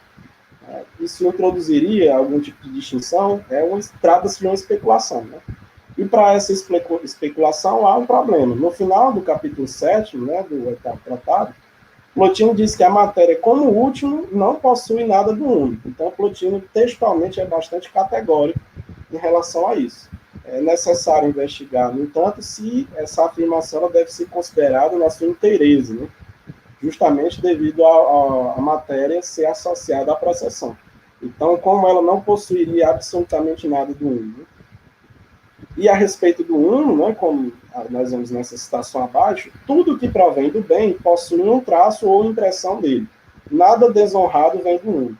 Ou seja, se nós dissemos que qualquer coisa tem algum tipo de relação com o uno, isso não poderia acarretar numa desonra, né? A investigação sobre se a matéria entraria nesse processo é algo à parte, né? Mas o fato é que, ao se relacionar com o uno, nada desonrado pode ser concebido, né? Vamos a uma avaliação crítica, né? Estamos nos encaminhando para a parte final, de Opsomer e Schaffer. Opsomer ele vai partir da ideia de um monismo fundamental, né? E a incoerência do mal como matéria. Ele é um exímio tradutor, né, conhecedor do neoplatonismo, e podemos ler aqui. A posição de Próclo é clara. Em si, a matéria não é nem bem nem mal. E isso, eu penso, é o que Plotino também deveria ter dito, para se manter fiel às suas próprias intuições metafísicas. Qualquer platonista que queira sustentar uma metafísica monista deveria sabiamente recusar-se a tomar a matéria como princípio do mal. Das passagens nas quais Plotino descreve a natureza da matéria e daquelas nas quais ele destaca o seu papel como causa em princípio, eu não posso extrair outra conclusão a não ser a de que Plotino considera a matéria como o princípio mal dos males. Não há como saber se ele quis dizer o que disse, mas o que ele disse foi bastante claro e isto foi um convite às justificadas críticas dos seus sucessores. Ou seja, Opsomer reconhece aqui uma incoerência fundamental entre o monismo de Plotino e a ideia que aparece, sobretudo, no Tratado Oitavo, de que a matéria seria uma espécie de princípio do mal. Ele reconhece essa dificuldade e até se questiona se, de repente, essa era a intenção, né, o projeto de Plotino com esse tratado. Mas, do ponto de vista textual e exegético, ele reafirma essa identidade que é abundante entre os estudiosos de Plotino, e que, de fato, a matéria seja o princípio explicativo para o mal. Scheffer parte de uma posição diferente, né? Logo no abstract do seu artigo, no início, ele já diz que vai desafiar essa visão tradicional. E eu selecionei aqui alguns exemplos. Uma reconstrução racional dos princípios de Plotino não deve admitir o paradoxo de que o mal vem do bem, nem fugir da tarefa de interpretar os textos sobre o mal enquanto parte compatível com a sua filosofia como um todo. Sugere uma leitura do mal como resultado de uma interação incongruente entre matéria e alma, sustentando que nem a alma nem a matéria devem ser consideradas mal. Quando Plotino chama a matéria de mal, ele o faz metonimicamente, denotando a total passividade da matéria, tal qual percebida pela alma quando tenta introduzir nela a forma. Então, Scheffer diz que a exposição de Plotino ela vai estar centrada sobre a alma, né? Então, embora ele fale sobre o mal em si, toda a articulação se dá, de uma certa maneira, pela ênfase de como a matéria se constituiria como um mal para a alma, né? Servindo a ela como um obstáculo, como produtor de vícios, né? Como fonte de vícios. Então, o Scheffer aposta nessa linha interpretativa e entende que as afirmações mais categóricas têm um caráter metonímico, né? Imagético, poderíamos dizer até retórico, ou seja, para dar ênfase, né, ao distanciamento da unidade. Né? Mas, do ponto de vista ontológico, né, nós vemos, Opsomer citou Próprio, né, nós poderíamos citar Agostinho antes mesmo, né, o neoplatonismo, a partir desse monismo, não vai ter essa compreensão da matéria como mal, justamente porque parece introduzir uma incoerência. Né? Então, o Scheffer ele aposta nesse caráter retórico e imagético. Ele vai dizer, se a matéria é identificada com o mal, isso nos traz de volta ao paradoxo de que o bem faz o mal, o que contradiz o dogma platônico, agaton, kakon, anaitin, República 379b, ou nos leva a admitir a suposição de um dualismo de princípios decorrentes do médio platonismo no pensamento de Plotino. Este último dualismo, entretanto, contradiz a chave interpretativa e o credo de sua filosofia como um todo, o monismo, bem como as declarações antidualistas encontradas no Tratado Antignósticos, mas não apenas, né, nele. Há outros momentos em que esse dualismo é criticado por Plotino. E ele vai concluir, a matéria, sim, e de uma maneira tão atípica quanto seu próprio ser, que é, na verdade, não ser, completa a ordem perfeita e escalonar de todo o cosmos, ou pelo menos o faz enquanto for pura passividade, dinamis, sem contato com a alma. Somente quando a alma se depara com ela de uma maneira errada, e não necessita de ser errada, mas pode ser errada, os males vêm ao mundo. Não havia necessidade de que eles decorressem. Então, aqui nós poderíamos fazer um paralelo, né, a respeito de que a matéria é necessária para a constituição do universo sensível e aparece associada à processão, mas, ao mesmo tempo, o mal como necessidade, pelo menos aqui na exposição de Scheffer, seria relativizado de uma certa maneira, porque isso se dá pela relação equivocada, vamos dizer assim, da alma com a matéria. Considerações finais, né? Pelo que discutimos, né, nós vimos em Plotino que matéria e mal estão textualmente identificados, ou seja, Plotino realmente faz essa identificação. Mas cabe questionar se a relação matéria-mal, né, não parece incoerente à luz do monismo e das premissas neoplatônicas que permitem, por exemplo, Agostinho e Próprio se afastarem de uma compreensão do mal como uma espécie de princípio. Né? E se for consentida, né, que há essa incoerência, resta aceitar, do ponto de vista exegético, mapear todos os problemas, e que não é pouca coisa, né, sobretudo determinar o status realmente da matéria na filosofia de Plotino, o seu lugar na processão, de que maneira ocorreu o seu engendramento, né? Há uma série de problemas, mas, em última instância, a exegese seguiria a ordem expositiva textual, né? Ou então, nós devemos investigar se há outra maneira de compreender essas questões, como fez Scheffer. O horizonte de nossa pesquisa, ele tem seguido essa hipótese de trabalho, né? De reavaliar os textos, né? De virar os textos realmente de cabeça para baixo, né? Consultar toda a bibliografia disponível, para ver se não tem algum tipo de saída para essa problemática, né, ou algum tipo de hipótese que seja legítima, né, para compreender essa identificação e se é possível matizá-la, né, mitigá-la, vamos dizer assim, de alguma maneira. Né. Então, essas foram as referências, né, bem resumidas aqui para essa apresentação. Agradeço a todos pela atenção, fico à disposição aí para a gente conversar.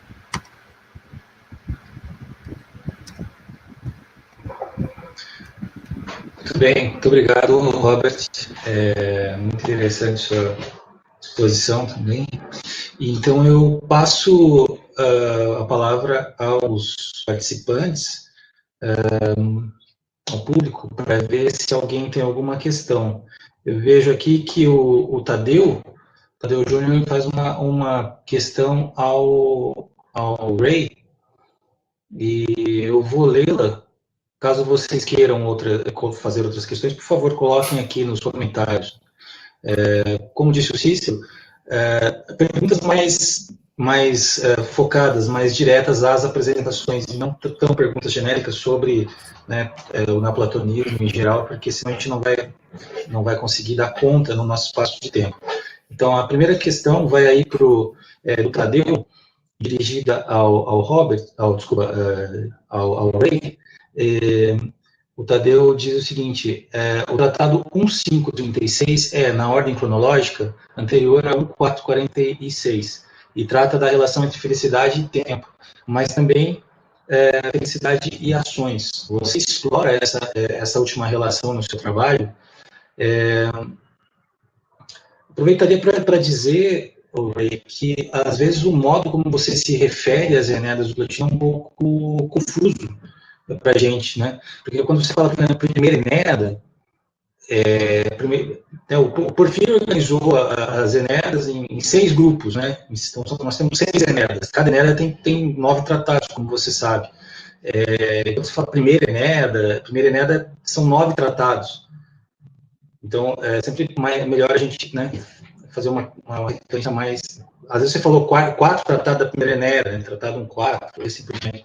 Mas eu entendi, assim, eu entendo o que você quis dizer, né? Mas, às vezes, para quem está escutando, fica um pouco confuso. Enfim, era só uma observação que não compromete nada o teu trabalho. E eu passo a palavra para você agora, para você responder É verdade, professor Júnior. Eu também percebi essa confusão, embora no próprio texto esteja bem especificado, na minha fala acabou não ficando. Quanto à questão do Tadeu, é verdade, o Tratado 5 da primeira Eneida trata da questão do tempo, e lá é abordada a questão da felicidade e de sua duração em relação ao tempo. No meu trabalho eu exploro essa questão, mas devido ao tempo que nos foi concedido aqui na apresentação, não foi possível abordar essa questão.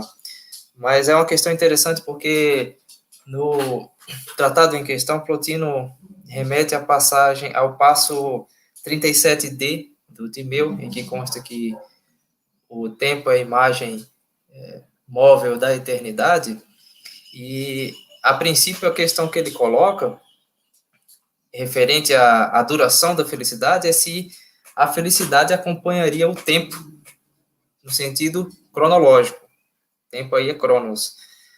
E, ao que parece, a resposta é que, sendo a felicidade coincidente com uma vida boa, e sendo a vida boa coincidente com a vida do que ela precisa corresponder à eternidade, e, portanto, ela não coincide exatamente com o tempo cronológico, mas com o tempo compreendido como eternidade, como aion, no caso. A questão é abordada, mas não, como eu falei, não foi possível abordá-la aqui.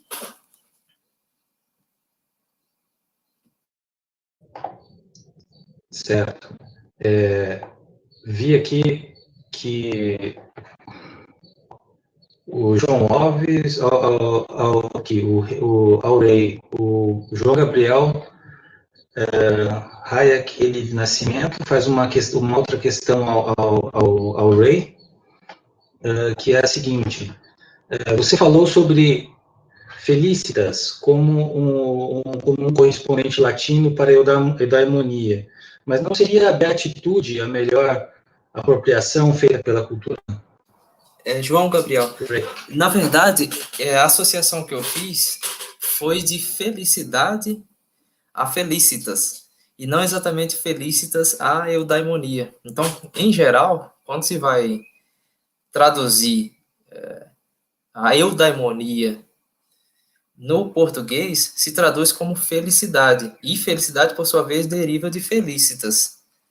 Então, a associação é, na verdade, mais com o português, que deriva do latim, do que a tradução latina, propriamente, do termo eudaimonia.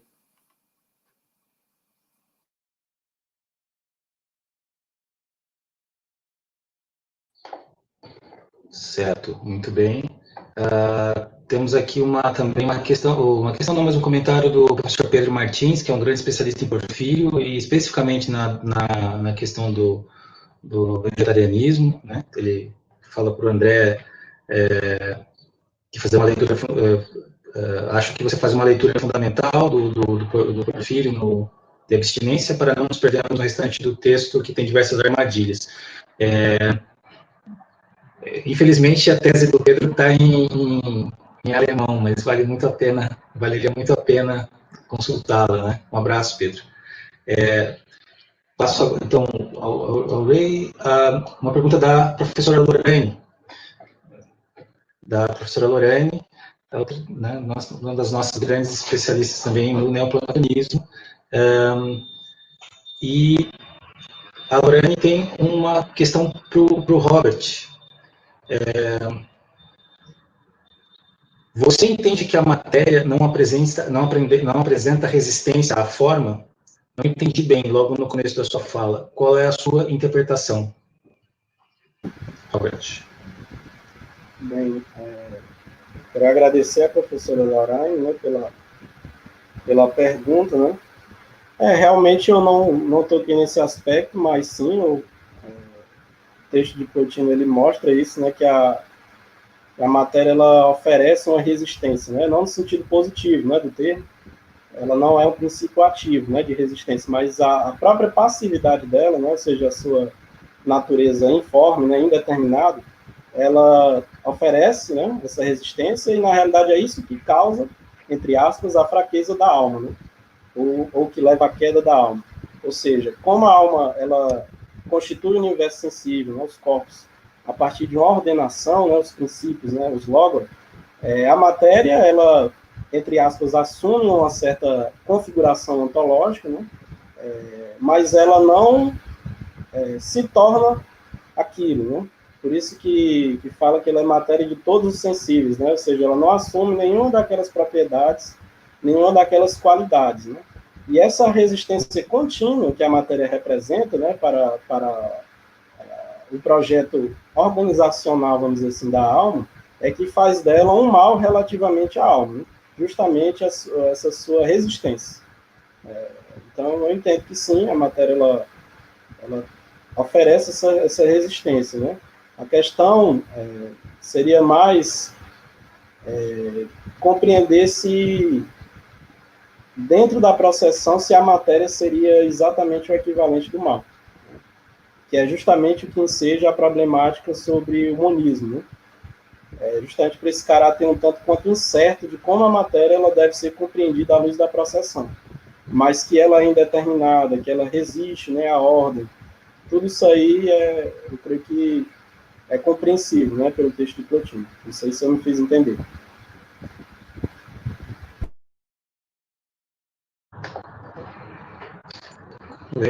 Também, obrigado, Robert. Alguém tem mais questões? Ninguém gostaria de fazer mais alguma questão para os participantes? Oi, Júnior. Oi. Então, eu queria fazer, eu vou falar aqui para não ter que escrever. Primeiro, parabenizar realmente aos três, né, que fizeram suas exposições. Eu queria só fazer uma pergunta ao Ray, mas queria só que ele me confirmasse, porque na sequência de assistir, né, de ver as demais falas, eu me perdi um pouco aqui. Em algum momento da sua exposição, eu fiquei com a impressão de você associar a felicidade e Plotino à felicidade à eudaimonia aristotélica. Eu não sei se você fez essa identificação, se aproximação, né? Se fez, eu gostaria de perguntar a você como é que você entende, pensando na ética a Nicômaco, por exemplo, essa relação da ortologos, né, de uma deliberação específica aristotélica em relação à felicidade, e em comparação com toda esses outros elementos, né, presentes não só em Plotino, mas na filosofia neoplatônica, em que, mais do que uma deliberação, há o aspecto que você mesmo usa você usou a ideia do movimento circular, né? Mas eu queria tocar nesse aspecto mais de purificação e também de uma relação com a fairesis, né? Com um processo que não é puramente de uma mera escolha, uma mera, né? Não no sentido de mera, mas uma escolha apenas deliberativa da razão, né? Como é que você enxerga esse paralelo, né? Obrigado pela pergunta, professor Cícero. Em verdade, a identificação que eu fiz não foi bem do conceito de eudaimonia, mas sim daquilo a que corresponde à eudaimonia, que é o princípio do bem. Então, tal como Aristóteles constata em sua Ética Nicômaco, que o bem é aquilo a que todas as coisas tendem, também isto é constatado em Plotino. Né? Agora, quanto a essas caracterizações referentes à deliberação, eu não sei se eu estaria apto a respondê-las, mas o que eu identifiquei, assim, como modo, assim, nas filosofias de Plotino e Aristóteles, foi mais a questão do princípio, compreendido como o bem, a que todas as coisas tendem. E também a questão referente ao fato de que, tal como Aristóteles concebe que é a alma que se dirige a esse bem, também Plotino assim o faz. Né?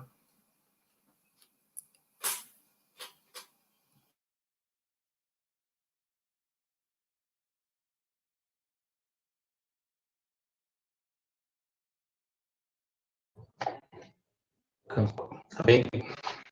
Obrigado, Ray. Mais questões? Alguém tem mais questões? Oi, eu vou fazer uma, pode ser? Claro. É pro Ray também. Talvez eu possa ter deixado passar na apresentação, se tratou. Bom, em primeiro lugar, que foi muito boa a apresentação, porque dialoga com um pouco do que eu estou estudando, principalmente. Acho que tem muito diálogo entre essa felicidade em Plotino com essa felicidade que o Porfírio está falando. Mas eu não sei se eu talvez possa ter entendido mal, mas se é possível pensar essa felicidade de um ponto de vista não humano, que nem a felicidade não, desculpa, a vida. E aí pensar, por exemplo, numa vida do intelecto, sim, né, uma vida para além do humano. É isso.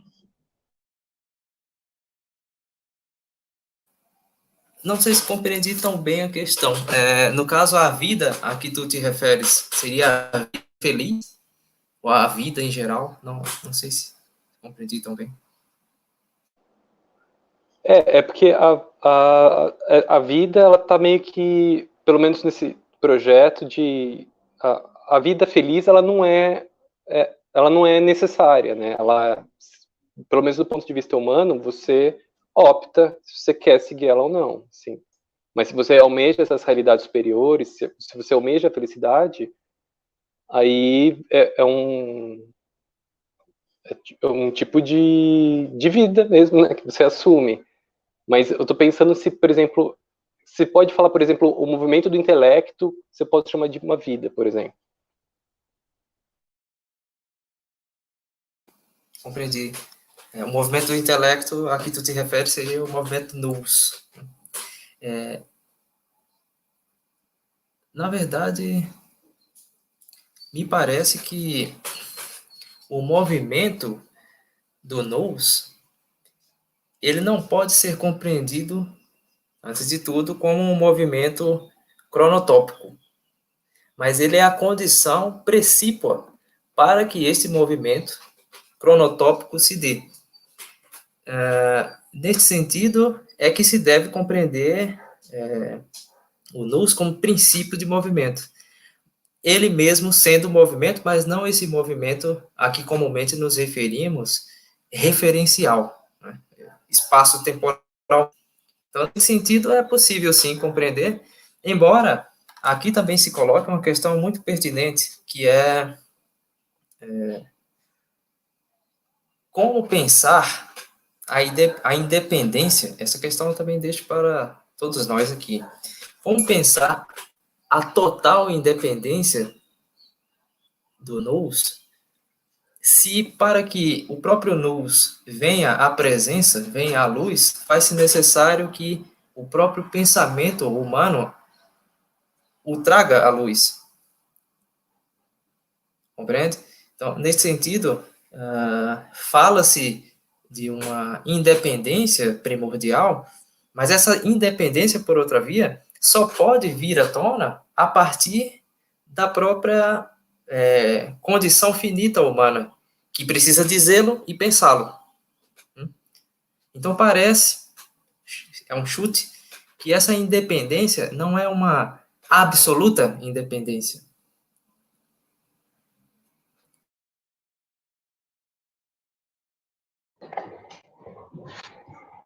Muito bem, Ray. Alguém tem mais alguma questão? Ninguém tem mais uma questão? Bom, acho que se ninguém tem mais questões, podemos encerrar a mesa? Acho que sim.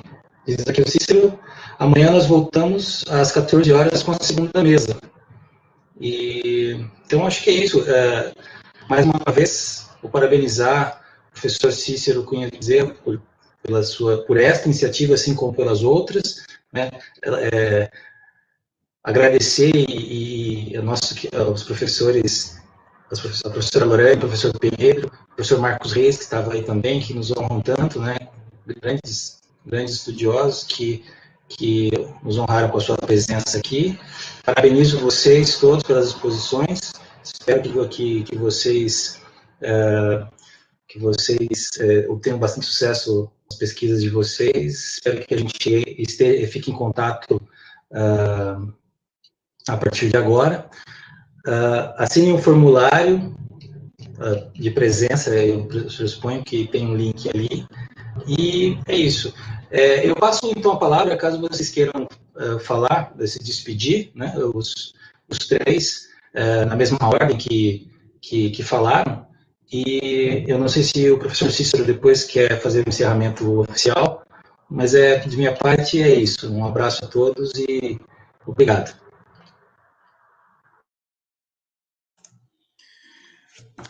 Bom, eu queria só agradecer mais uma vez ao professor Júnior Baracat, que está aqui gentilmente coordenando a nossa mesa, participando, sempre disposto a colaborar com o GT, aos três, né, conferencistas, digamos, aqui da nossa tarde. Obrigado pela participação de vocês, desejo também sorte aí nesse trabalho que está sendo levado adiante, né, por vocês, e mantemos o contato pelos canais aí do Face, do YouTube e nossos canais particulares mesmo. É só isso mesmo. Amanhã, só lembrando que temos a segunda mesa, teremos na segunda mesa, às 14 horas, e estão todos convidados. Agradecer a quem ficou até agora aí, aos professores, aos alunos, aos interessados. Boa tarde e saúde a todos e todas. Um abraço a vocês, hein? Um abraço, professor.